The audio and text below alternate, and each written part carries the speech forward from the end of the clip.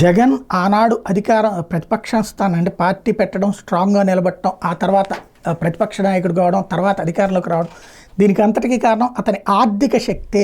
ఆర్థిక మూలాలను దెబ్బతీస్తే జగన్ దెబ్బతింటాడు. అట్లాగే జగన్కు ఉన్నటువంటి అండ దెబ్బ కొడితే జగన్ జీవితంలో దెబ్బతింటాడు. ఇది చంద్రబాబు కానీ పవన్ కళ్యాణ్ కానీ ఆలోచన.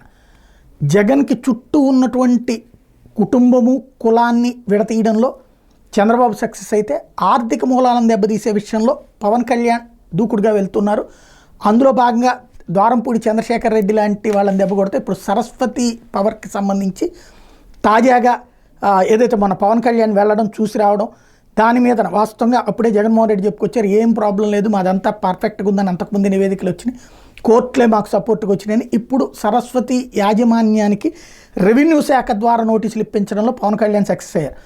తాజాగా చూస్తే వైకాపా అధినేత జగన్ ఆయన కుటుంబ సభ్యులకు చెందిన సరస్వతి పవర్ ఇండస్ట్రీస్ యాజమాన్యానికి పల్నాడు జిల్లా మాచివరం రెవెన్యూ అధికారులు నోటీసులు పంపించారు. సరస్వతి పరిశ్రమ ఏర్పాటుకి యాజమాన్యం సుమారు 20 ఎకరాల ఎస్ఐని భూమిని సేకరించింది.